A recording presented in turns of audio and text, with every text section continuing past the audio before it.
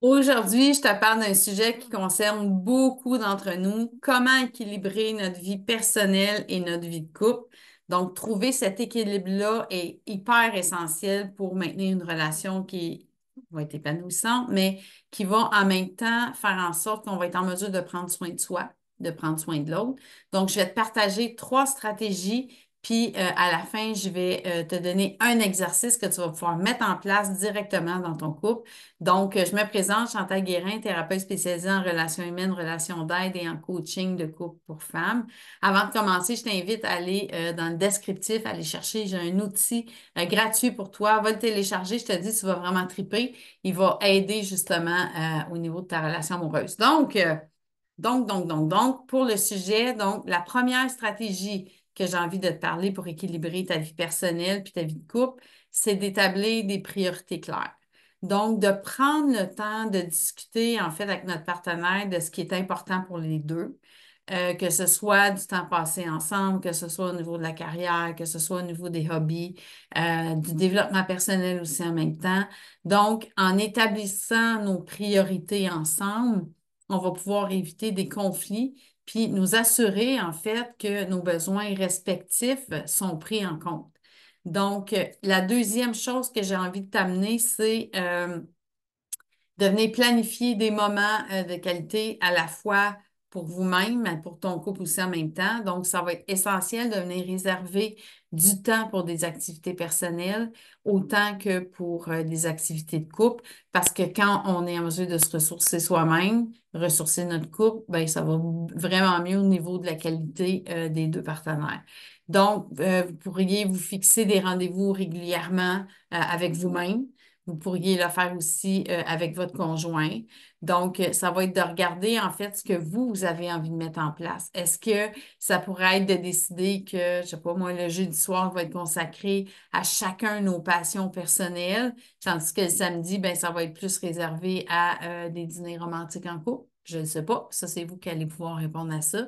Donc, la troisième chose, c'est de venir communiquer en fait de façon saine et authentique. Parce que ça, c'est la clé, en fait, pour trouver un équilibre entre notre vie personnelle puis notre vie de couple. Donc, il faut être en mesure de pouvoir parler régulièrement euh, de ce qui nous nourrit et nous assurer, en fait, qu'on est toutes les deux sur la même longueur d'onde puis que nos besoins évoluent ensemble. Parce qu'au travail de la relation, à un moment donné, on a cette tendance à s'en aller un peu chacun chez soi dans nos propres affaires, mais il ne faut pas oublier qu'on est une équipe et qu'on se doit de maintenir ça sainement.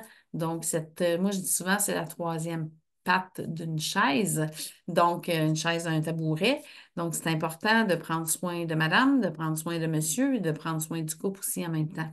Donc, vous pourriez ressentir en fait le besoin d'avoir plus de temps pour vous-même dans un moment de votre vie, ou ça peut être plus de moments en couple aussi en même temps, donc tout dépendant de ce qui est là. Fait que c'est pour ça qu'il faut se réasseoir et regarder on en est rendu où. Et je vous invite à le faire, l'exercice que je vais vous présenter maintenant. C'est vraiment quelque chose qui fonctionne très bien. Donc, je vous explique. Donc, avant de vous expliquer, je serais curieuse, est-ce que j'en ai parmi vous qui avez déjà des choses que vous mettez en place pour être en mesure de faire en sorte que votre vie soit équilibrée au niveau de votre temps personnel, de votre temps aussi en amoureux? Donc, je serais curieuse de savoir pour vous, est-ce que vous avez déjà des choses en place? Vous pouvez juste écrire oui dans les commentaires ou si vous voulez développer davantage, bien, sachez que c'est possible de le faire. Puis moi, j'aime ça vous lire. Donc, je suis en mesure, après ça, de pouvoir peut-être échanger avec vous. Donc, ce que j'ai envie de vous proposer comme exercice, c'est le calendrier équilibré. Le calendrier équilibré, c'est quoi cette affaire-là? C'est simple, simple, simple. Ça prend pas beaucoup de temps, je vous dis, puis ça vaut vraiment la peine de l'installer. C'est un calendrier mensuel. Donc, vous allez vous prendre un calendrier où il n'y a rien, rien, rien d'écrit dessus pour le mois qui est à venir. Vous allez commencer par marquer d'abord les engagements qui sont non négociables, hein, comme le travail, les obligations familiales. Donc, il y a déjà des choses dans le calendrier qui sont non négociables, fait qu'on les inscrit en premier. La deuxième chose, on va se réserver du temps pour soi-même.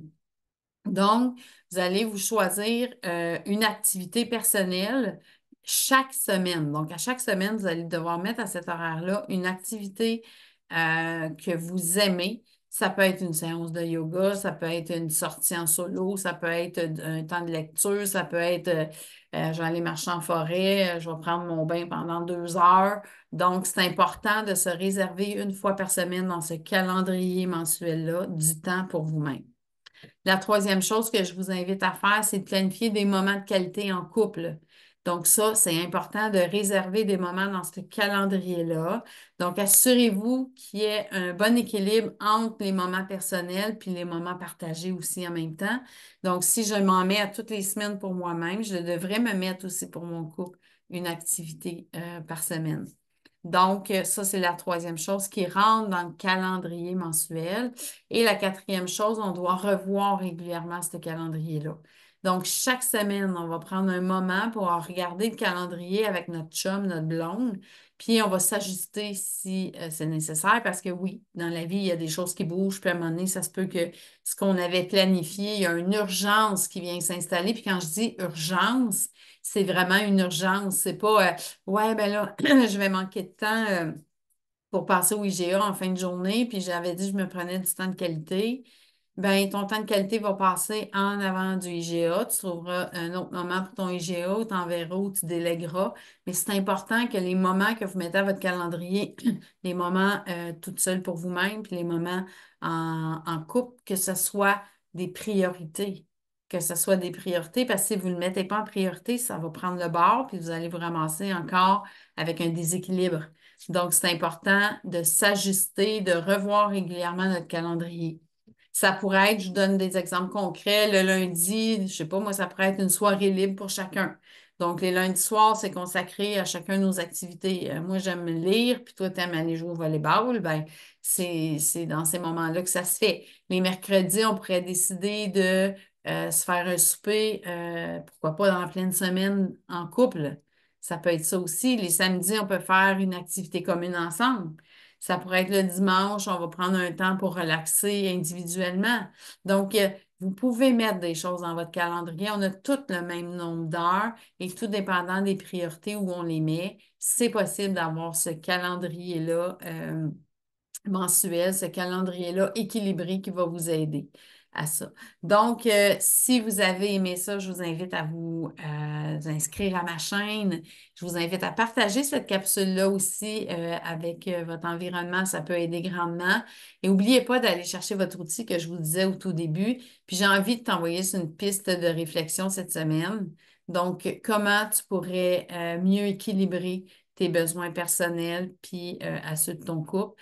Donc, identifie une action que tu pourrais entreprendre cette semaine pour améliorer cet équilibre-là.